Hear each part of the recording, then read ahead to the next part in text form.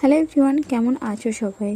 আর আজকে আমরা যাব বাসন্তী পুজো দেখতে। আর তোমরা সবাই জানো এখন বাসন্তী পুজো হচ্ছে অনেক জায়গাতে। আর আমাদের এখানে বাসন্তী পুজো চলছে দিবাকরপুরে। আর দিবাকরপুরটা আমরা সবসময় যাই, মানে প্রত্যেক বছরই যাওয়া হয়। আর যেহেতু ওখানে আমার মামা বাড়ি, তো মামা বাড়িতে যাই না, কিন্তু প্রত্যেক বছর পুজো দেখতে আমরা যাই।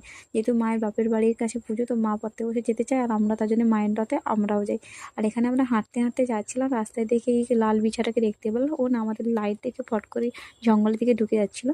আর হাঁটতে হাঁটতে তারপর দাদা এসেছিলো আনতে, তারপর আমরা মন্দিরের সামনে চলে এসেছি।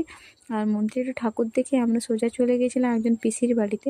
আর যেহেতু আজকে অষ্টমী, তাই মেলাতে আমরা কিছুই খেতে পারবো না, তাই পিসির বাড়িতে গিয়ে ওখানে মুড়ি চপ দিয়ে একটু খাওয়া দাওয়া করে আবার চলে এসেছি আমরা মেলাতে। আর মেলাতে এসেছি, আর এখানে মন্টি একটু রেখে গেছিলো, কিছুটা নেবে বলছিল, ওটা না বলে দিয়েছে ওর মা, তার জন্য রেগে গেছে। আর এখানে মন্টির জন্য এই চশমাটা একটু দেখছিলাম, ওর মুখে কেমন লাগে। ওর জন্য আর ওর দিদির জন্য দুটো চশমা নিয়েছি। আর ওর জন্য এই চশমাটা কেমন লাগছে তোমরা সবাই অবশ্যই কমেন্টে জানিও।